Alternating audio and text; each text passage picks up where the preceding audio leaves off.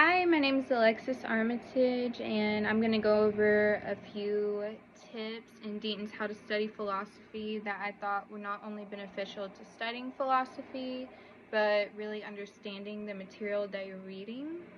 The first tip I thought that is actually the most beneficial would be to put away all electronics and go to a quiet room where you're by yourself and you can really focus on the material that you're reading. The second tip would be to read a passage multiple times. There's been instances where I'll read something once or twice, and the second time that I read it, I'll understand it in a completely different way than I did the first time. And that can be beneficial in a test that gives you different perspectives on what the author is trying to communicate to you. The third tip would be that your notes should consist only of main ideas. I've struggled in college, especially with taking notes from PowerPoints and copying every single thing down from a PowerPoint onto like a flashcard or something, instead of grasping the main ideas. And then it comes time for the test, and my brain was just so overstimulated from trying to learn every single detail that I missed the main point of what I was supposed to learn. So that is another one that I think would really help with philosophy.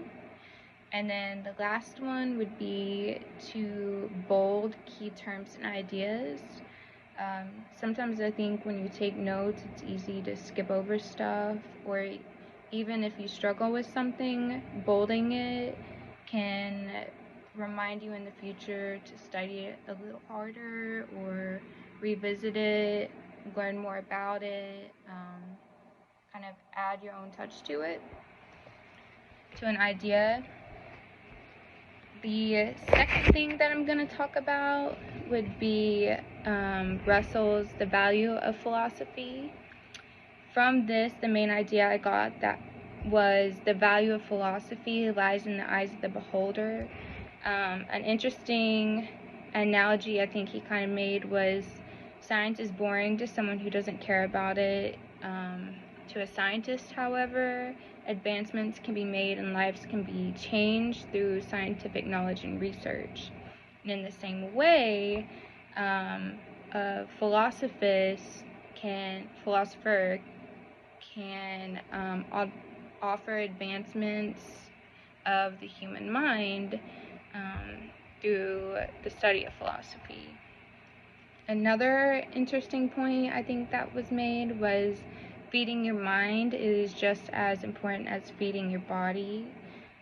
He kind of made the point that if everyone has everything they need, a society still has to function, and that is where philosophy would come in handy.